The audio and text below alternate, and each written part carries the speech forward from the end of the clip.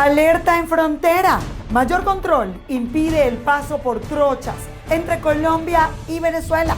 Carta bajo la manga. Estados Unidos apelará a involucrar a Juan Guaidó hasta lograr extradición de Alex Saab.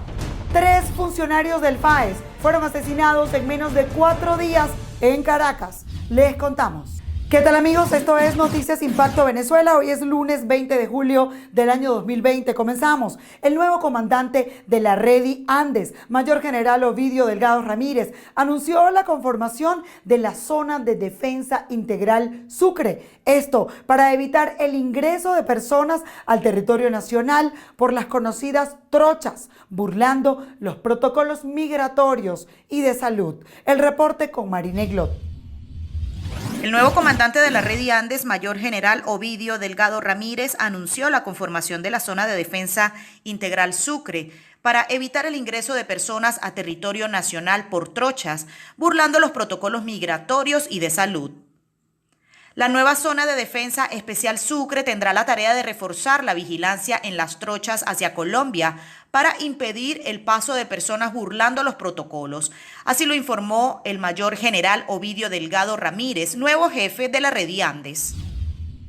Recientemente, ayer nos llegó la resolución con el nombramiento del general de división Alejandro Benítez Marcano como comandante de la Zona Operativa de Defensa Integral Especial Sucre, que contempla los municipios que tienen el mayor porcentaje de trochas. Vamos a tener un general de división dedicado exclusivamente a evitar el ingreso por trocha y a tomar las acciones legales correspondientes. Le estamos asignando el personal profesional, personal de tropa y los medios para que esta operación sea exitosa.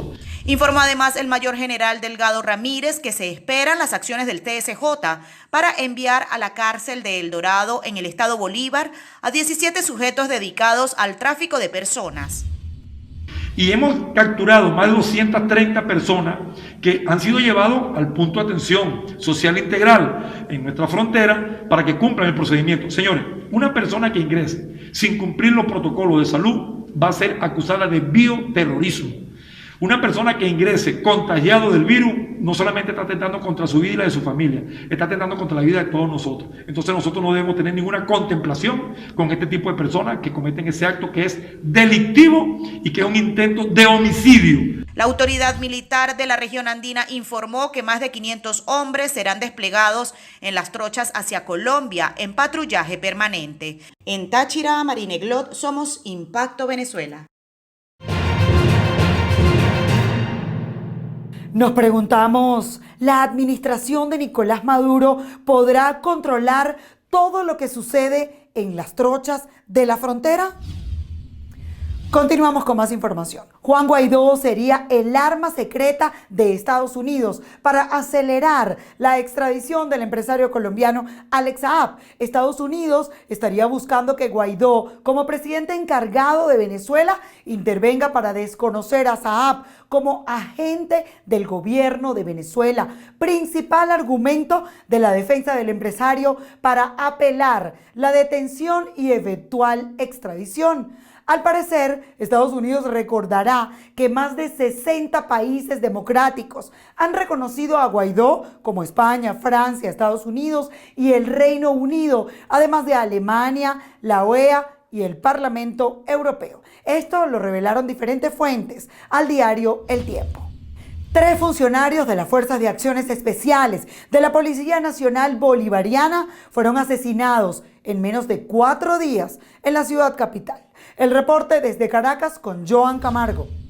Sí, Carla, gracias por el contacto. Nosotros nos encontramos en la morgue de Bellomonte en Caracas para llevarles información en materia de sucesos. En los últimos 4 días han sido asesinados 3 funcionarios de las Fuerzas de Acciones Especiales de la Policía Nacional Bolivariana. El primer caso corresponde al oficial Rocco Sánchez, quien fue asesinado en una unidad de transporte público en La Urbina cuando varios delincuentes ingresaron a robar y se dieron cuenta cuenta que se trataba de un funcionario policial. Intentaron robarle el arma y en medio de esta situación le propinaron varios impactos de arma de fuego. Él fue trasladado a un hospital cercano, sin embargo falleció al poco tiempo de su ingreso. El segundo caso corresponde al funcionario Edwin Marcano, quien la noche del viernes se trasladaba en su motocicleta por los túneles de la planicie de la autopista norte-sur cuando fue embestido por un vehículo que también se trasladaba por esta vía.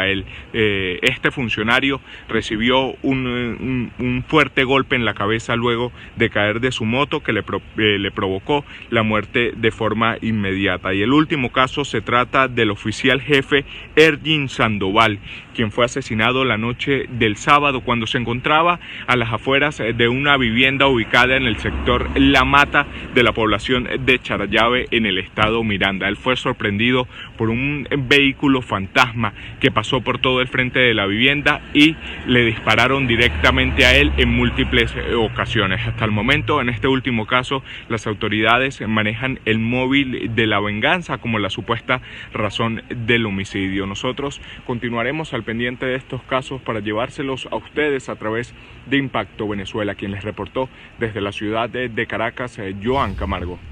Seguimos. Ayudas en divisas y créditos en dólares son algunas de las propuestas del sector comercio en el oriente de Venezuela para evitar el colapso de este sector. Los comerciantes tendrían pérdidas millonarias, pues el acumulado de trabajo por mes solo alcanzaría los 5 días. Es un reporte de Jesús Albino. Los comercios no incluidos en las listas fundamentales como textiles, zapaterías, repuestos, insumos, entre otros, tendrían pérdidas económicas, producto de las restricciones para laborar de forma intermitente. Ojo, entendemos que estamos contra la corriente, entendemos que no son ni siquiera 14 días al mes, porque es que se trabaja nada más que mediodía, a las 12, 1 de la tarde, ya la mayoría del comercio está cerrando y esto si tú lo llevas mensual, pues serían 7 días nada más. Nosotros lo que estamos pidiendo constantemente es que se pase de la teoría a la práctica y que tenemos acá las listas de los comercios visibles, de todos estos comercios que tú ves acá, que están visibles, que están solventes, que están acostumbrados a pedir créditos y que a los bancos les va a convenir darles crédito a estas personas que por supuesto están acostumbrados a pagar y que de eso viven los bancos. La Cámara de Comerciantes e Industriales asegura que aunque los negocios establecidos cumplen con todas las medidas preventivas, esto no se aplicaría en la economía informal.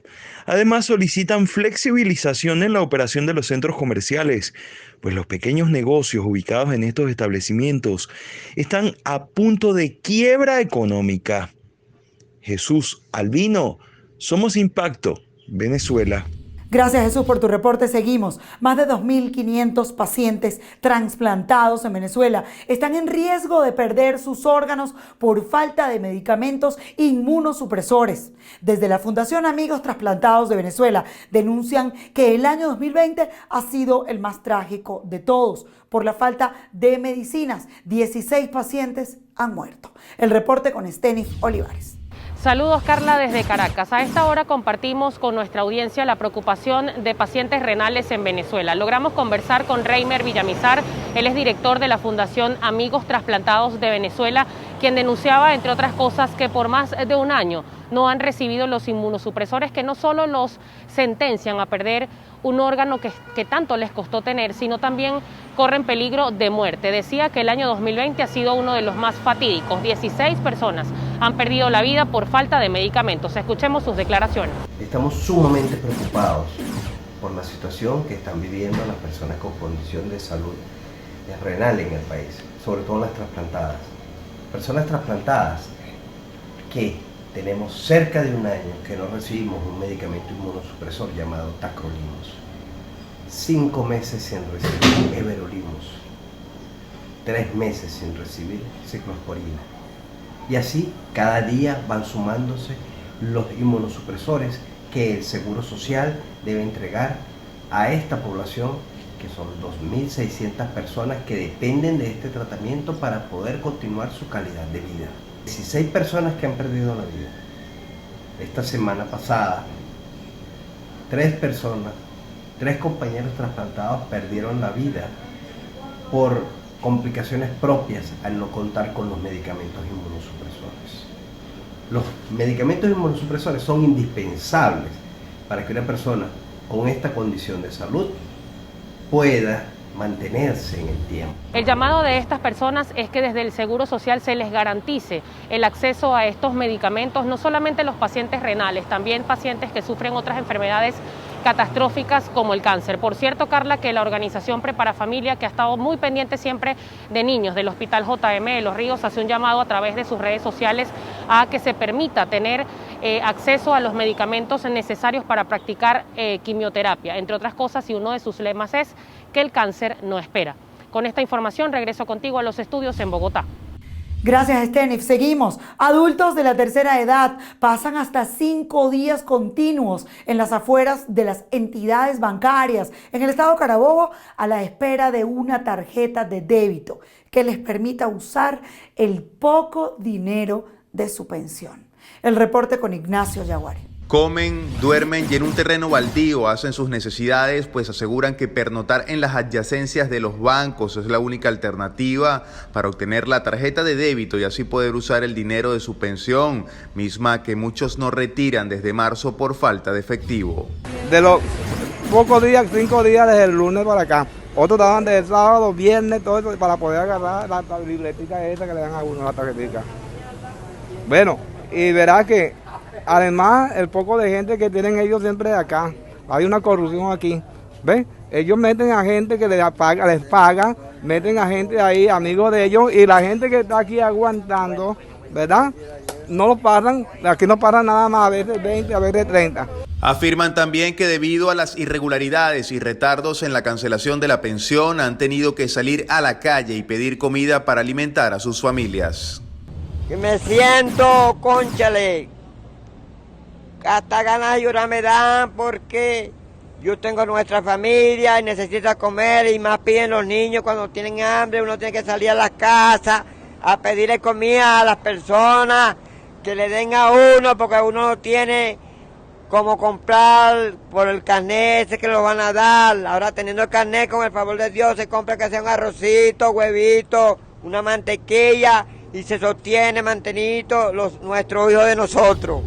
Los adultos mayores exigen mayor celeridad en la entrega de esta tarjeta. Hay que recordar que las entidades bancarias solo están funcionando durante la semana de cuarentena flexibilizada.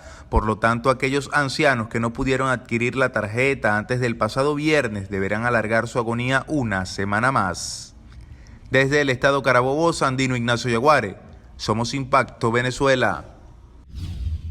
Gracias, Ignacio. Continuamos con más. Nos vamos al estado Vargas, a las costas de Venezuela. Y es que los niños venezolanos celebraron su día en medio de la cuarentena por la pandemia del COVID-19, con restricciones como el uso de las playas y los balnearios. Pero veamos qué enseñanza les ha dejado esta nueva etapa. El reporte con Ami Torres. Sí, gracias Carla. El contacto lo establecemos desde el estado Vargas y es que este domingo se festejó en Venezuela el Día del Niño. Anteriormente, durante estas fechas, en el caso del litoral central, las familias solían compartir un día diferente, ya sea en las playas, también en los clubes e incluso en los parques. Sin embargo, este año todo ha sido diferente debido a la pandemia del COVID-19 y es que está prohibido el uso de las playas. Aún así, hemos notado en un recorrido que pudimos realizar en algunas de las playas y balnearios de la entidad que muchas familias insistían en hacer uso de las playas a pesar de este llamado. Pudimos también conversar con algunos niños quienes han entendido que a propósito del confinamiento la familia ha sido lo realmente importante y esto fue lo que nos dijeron. Este día es mucho mejor porque la verdad que este día me gustó. ¿Qué hiciste hoy? La verdad estuve en la casa, hoy vengo para pescar y no pudimos. ¿No pudieron pescar? La policía. La policía les dijo que no podían pescar. Sí. ¿Cuál es el mensaje o qué le deseas tú a los demás niños de Venezuela? Que se porten muy bien, que ojalá tengan muchos regalos, que tengan cosas que nosotros no tuvimos. ¿Qué cosas quisieras que ellos tuvieran? Muchas cosas, que tuvieran casa, que tuvieran familia. Eso me gustaría mucho. Lo pasamos mucho mejor porque estamos en familia. ¿Pudieron darse un baño en la playa? No, por los policías. Les dijeron que no podían, ¿verdad? Ahora, ¿qué le deseas tú al resto de los niños de Venezuela a propósito del Día del Niño? Mucha salud, que sean felices y que Dios los bendiga. En el caso del Litoral Central, lamentablemente este Día del Niño termina con saldo trágico, y es que un niño de apenas 6 años de nombre Sebastián José Pereira Núñez perdió la vida ahogado luego que asistiera a una playa en Mare, parroquia Carlos Zule, acompañado de varios vecinos. De allí que aprovechamos de hacer un llamado a la conciencia a los padres a respetar las normas establecidas en el caso de la prohibición del uso de las playas. Esta es la información que te podemos ofrecer desde Vargas, y con ella retornamos el pase a los estudios. Gracias, Ami. Nos vamos al estado Lara, y es que un alcalde chavista contrajo coronavirus. Nuestro compañero en la entidad, Ramón Vélez, nos trae los detalles de cómo se contagió. Ramón, te escuchamos. Carla, ¿qué tal? Muchísimas gracias por el contacto. Nosotros, en efecto, desde el estado Lara le reportamos que esta información la confirmó la gobernadora del estado, Carmen Meléndez, durante la mañana de este domingo. Ella manifestaba que junto al alcalde hay otras 2 personas contagiadas de esta enfermedad. Es importante además mencionar, Carla, que desde el fin de semana comenzó a rodar una cadena a través de las redes sociales en donde se informaba que la cadena de transmisión de este alcalde afectó al oficialismo en Venezuela. Se da debido a que uno de los choferes de este burgomaestre fue hasta la frontera colombo-venezolana y rescató a uno de sus parientes que regresaba del extranjero y violentó lo que fueron todos los controles sanitarios y no cumplió la cuarentena como debía ser. Esto es una información que se maneja pues acá en el estado Lara con relación a este caso de manera extraoficial. Sin embargo, en el reporte que daba el día de ayer Carmen Meléndez acerca de este caso en donde está contagiado el alcalde, informaba que el origen proviene directamente de uno de los casos confirmados a mediados de julio. Se trata de un efectivo militar retirado, quien tiene 51 años y habita en el norte de Barquisimeto. Aparentemente este hombre sería el chofer del alcalde que trasladó a Barquisimeto, en el occidente venezolano, al pariente, y desde allí es donde viene la cadena de transmisión. Trascendió hasta este momento, Carla, que en el municipio en donde manda este alcalde se iniciaron jornadas de despistaje masivo a lo que son los trabajadores directamente de la alcaldía, al igual que a al entorno cercano a este alcalde chavista en Venezuela. Hasta ahora es la información que se maneja con relación pues a este caso que mantiene conmocionado a los habitantes del estado Lara. Es importante además mencionarle, Carla, que en la región ya se contabilizan 286 casos positivos de esta enfermedad. Más del 30% de los pacientes se han recuperado de acuerdo a los datos que han aportado las autoridades de salud acá en la región centro-occidental. Es la información que yo le puedo dar a esta hora de cómo está el estado Lara, y con esto yo voy a devolver el contacto con usted a Bogotá. Amigos de Impacto Venezuela, el día de hoy en nuestra mesa de análisis, el médico epidemiólogo Luis Echezurria, a propósito de esta situación que se ha desatado en Venezuela. Los casos de COVID-19 suben y suben de una manera alarmante, ya cerca de 12.000 casos que confirma la administración de Nicolás Maduro, pero que en cuentas de los epidemiólogos sabemos que los números se multiplican. Cuidado si no se quintuplican. Doctor, le saludamos, ¿cómo está? Muy bien, buenas tardes, Carla, a ti y a tu distinguida audiencia. Sí, pues quisiéramos entonces que usted nos aclare un poco el panorama de cómo avanza el COVID en Venezuela, tomando en cuenta la situación de salud que desde hace muchos años afecta al país, hospitales donde no hay agua, la cantidad de camas no alcanzarían para atender este número que día a día se multiplica de casos de coronavirus. ¿Qué tiene que decirnos el día de hoy, doctor? Sí, la realidad es que estamos entre una crisis humanitaria, pues, una relación extremadamente alta, carencia en los servicios sanitarios desde el agua, la luz, carencia de los insumos más básicos necesarios para el abordaje de la pandemia, como obviamente voy a repetir, el agua, o el jabón, el cloro, los desinfectantes en las unidades de atención médica. Por otra parte, hemos visto que el número de casos no se corresponde con la realidad de la evolución de la pandemia. Es decir, los epidemiólogos decimos que la cuenta la tenemos que llevar no por un simple conteo del número de los casos, sino para tomar las medidas preventivas en la población agregada o congregada alrededor de esos casos. Lo cierto es que los índices o los criterios para definir casos en Venezuela se están haciendo por las pruebas rápidas, que no son para eso. Es decir, las pruebas rápidas son para estudios de cero prevalencia, para ver el grado de infectación en una comunidad, y aquí se está tomando solo como primer punto de criterio de inclusión como caso o descarte, y después es que se le hace la prueba molecular o la prueba PCR temporal. Lo cierto es que ese número que sorprende, obviamente, esos 11.500, casi 12.000 casos y 110 defunciones, habría que multiplicarlo por un factor, porque sería desde el límite inferior de 37 hasta 80 y pico, y tendríamos más o menos la realidad de lo que en verdad está pasando en el país en relación con COVID-19. Claro, porque es que lo que alarma, doctor, y lo que más preocupa tiene que ver precisamente con las mentiras que normalmente se dicen desde Venezuela. Por eso el día de hoy nos cuesta creer que si en Colombia se acerca a 200.000 casos de COVID, ¿cómo es que en Venezuela hay 11.000 nada más? Entonces ustedes como epidemiólogos el día de hoy, a pesar de tanta guerra que les hacen a los médicos cuando hablan de COVID, ¿qué cifras sacan, doctor? O por lo menos qué esperanza le dan al país al hablarle de COVID-19? Bueno, es que está prácticamente prohibido dar cifras, ¿no? Es decir, el único que lleva la voz cantante en este caso es el gobierno, y a través de la Comisión Presidencial de la Lucha y Abordaje y Control del COVID, que son los voceros, pues los dos hermanos Rodríguez, muy pocas veces el ministro, y en otras ocasiones el mismo presidente.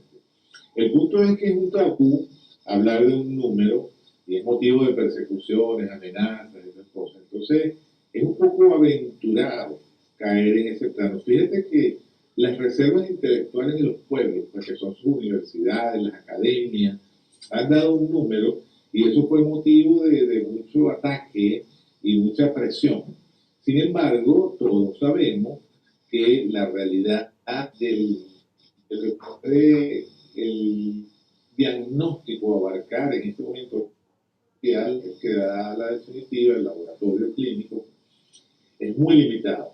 La realidad es que yo los invito a ustedes a que ese número que se publica de 11.500, multiplíquenlo por 37, tendrán el mínimo del valor, y por otro lado lo pueden multiplicar por 85, 80, y sería el valor máximo, y el valor intermedio pues puede ser tomado como una media o una aproximación a la verdad. Fíjese, doctor, que una de las cosas que nosotros quisiéramos saber al día de hoy es cuál es la radiografía que se puede hacer de la situación de salud en Venezuela. ¿Qué cree usted que es lo más grave? ¿Hospitales, la falta de servicios o la desesperanza que tiene un país que no tiene autoridades que puedan de alguna manera garantizar los servicios básicos y además de ello que cada quien pueda acudir a un centro de salud y reciban atención? ¿Qué sería lo más grave de todo? Yo te diría que, en honor a la verdad, pues es una sumatoria de todas esas cosas que tú nombraste. Es decir, un sistema de salud muy deficiente que hasta ahorita hemos podido medir de forma indirecta en los indicadores, de forma indirecta de la ocupación. Estamos alrededor del 40-50% de ocupación de clínicas y hospitales, y eso ya descompensa todo el sistema, tanto público como privado. Y por otro lado, es que es muy costoso. No hay servicio de seguridad que cubra los gastos ocasionados por el COVID. Es decir, en una población o en una comunidad cualquiera, que en mi país ya se describe que con $2 de ingresos diarios es imposible sobrevivir. Entonces la crisis económica, social y obviamente sanitaria es profunda, y tiene que mostrar en cuanto a incertidumbre, miedo de la población. La gente tiene miedo a enfermar porque inclusive es tratado como un delito. Sí, se toma la epidemiología de una manera criminal, de una manera policial, de privación de libertad, de privación de derechos humanos, de distinta índole con la persona que está infectada o, como dicen ellos, contagiada. Ahora, ¿qué viene en los próximos días para Venezuela, doctor? Hace aproximadamente 3 meses conversábamos con un médico epidemiólogo que nos mostró de alguna manera su pronóstico, que era pues muy delicado, muy grave, tomando en cuenta que Venezuela no está preparada para una pandemia. Casi ningún país lo estaba, pero el caso de Venezuela es un poco más vulnerable. ¿Qué viene en los próximos 2 meses, por ejemplo? Estamos en la etapa de aumento exponencial del número de casos, es decir, todavía no hemos llevado a la cúspide. A la curva más. Lo que se prevé, según los modelos matemáticos que hemos podido hacer como ejercicio, es que lo peor todavía está por venir. Es decir, nos esperan días mucho más duros. Fíjate que, sin ser muy epidemiólogo, pues, o ser muy especialista en el área, para que todo el mundo lo entienda, que veníamos con un promedio de casos de un dígito. Paulatinamente fuimos aumentando a 2 dígitos, o sea, de números de 60, 80, tuvimos semanas así, y después pasamos a 3 dígitos. El número promedio está en el orden de los 400, 300, 400 casos diarios, pero si tú lo ves por las muertes, que las defunciones son un poco más rígidas en el sentido de ver el número, antes teníamos una defunción cada 4 días, y en las últimas semanas, las últimas 2 semanas, hemos tenido 4 defunciones al día. Es decir, pasamos a tener una defunción cada 6 horas y todavía no estamos en la parte más alta de la epidemia, de la onda, para poder decir, los pronósticos son duros, pero son así, y tristemente debo decir que al parecer vamos en una tendencia marcada a la elevación del número de los casos y esperemos a ver, ojalá me equivoque, ¿verdad? Pero todo pareciera indicar que no va a ser así. ¿En qué momento pudiera generarse esa curva alta, doctor? ¿Cuál sería el tope? ¿2 meses, 3 meses? Tal vez el mes que viene pudiéramos ver un incremento de ya pasamos a 4 cifras, más de 1.000 a 4.000 casos por día. Situaciones que vimos con Perú, con Colombia, que vimos en Brasil. Y aquí no hay nada celestial, es decir, no hay forma de que la Virgen, ni los santos, ni nos cuiden, porque es una cosa. Ahora, abordado terrenalmente con medidas de desmontaje para flexibilización, sin un esquema claro, primero 5x10, después 7x7, después 3 días sí, 3 días no. Es una cosa que no se entiende y obviamente que pues, sin una actividad de educación e información adecuada, la gente pareciera no entender. O por otra parte, lo más crudo, mi querida Carla, es que la enfermedad por coronavirus es una probabilidad, pero el hambre es una realidad. La gente que tiene que salir todos los días a su sustento diario dice, asumo el riesgo. Y muchas veces sin las medidas de protección básicas del lavado de manos, pues no hay agua, no hay jabón, o el distanciamiento social, o simplemente no se pone tapaboca, o no le hace caso, no lo cree. Entonces todo este conjunto de cosas se suman y obviamente, pues tristemente se traducen en casos de muertos por esta enfermedad que, como dice el pueblo, el virus no está jugando carrito, el virus no está entretenido. Quédese en su casa y juegue el escondido el virus. Es decir, el virus va a pasar por el frente si usted no está en la calle, no se va a enfermar. Mientras usted esté en su casa, usted está resguardado y puede evitar la enfermedad. ¿Cuál será, ya para terminar, doctor, cuál será el principal error que está cometiendo Nicolás Maduro con respecto a la pandemia? Necesitamos un programa que es muy largo, es una lista de errores, mi querida Carla, muy larga. Es decir, para empezar, si lo más básico es tener un diagnóstico acertado de una aproximación a la verdadero despistaje de los casos, habría que por empezar por sincerar la condición del estudio de los sospechosos, de la identificación correcta de ira o de las manifestaciones que están ahorita, que son varias, desde la piel, del ojo, del aparato olfativo, del gusto, Es decir, pero tomar seriamente estas medidas y la población en riesgo darle la mayor protección. Es decir, es un racimo, es un conjunto de errores que yo diría que el más grave que hay que abordar en primera instancia es un diagnóstico correcto, adecuado, oportuno para la toma de decisiones en la mejor condición para que la gente no se complique, no evolucione prácticamente. Así es. Bueno, doctor, le damos las gracias por habernos acompañado y poder de alguna manera analizar el contexto en lo que afecta a Venezuela con respecto a la pandemia del COVID-19. Gracias por estar con nosotros. De nada. Muchas gracias, Carla, y feliz tarde para todos. Igualmente. Cuídense del coronavirus. Así es. Amigos, conversábamos con Luis Echezurría, epidemiólogo venezolano, a propósito del crecimiento sin freno que tiene el COVID-19 en Venezuela. Ha sido emblemático, contundente al señalar que las cifras, según los cálculos que normalmente hacen los especialistas, como un epidemiólogo sería fácil de sacar. La cifra que dicen, pero hay que multiplicarla nada más y nada menos que por 35. Esos serían los datos oficiales que nos puede aportar el día de hoy en nuestra mesa de análisis para que los venezolanos puedan tener una idea del por qué se hace el llamado a quedarse en casa, a cuidarse, a protegerse, a tomar medidas para evitar el contagio del COVID-19 en un país donde prácticamente no hay ni siquiera acetaminofén para atacar una gripe o una fiebre. Y otra de las cosas que preocupa tiene que ver con el lavado de manos y con la cantidad de alimentos que se comen en Venezuela, porque sabemos perfectamente que hay hogares donde no se comen 3 veces al día, donde hay una situación de hambre y de crisis producto precisamente de toda la situación político y social por la que atraviesa el país. El día de hoy pudimos analizar con este epidemiólogo venezolano todo lo relacionado al COVID-19.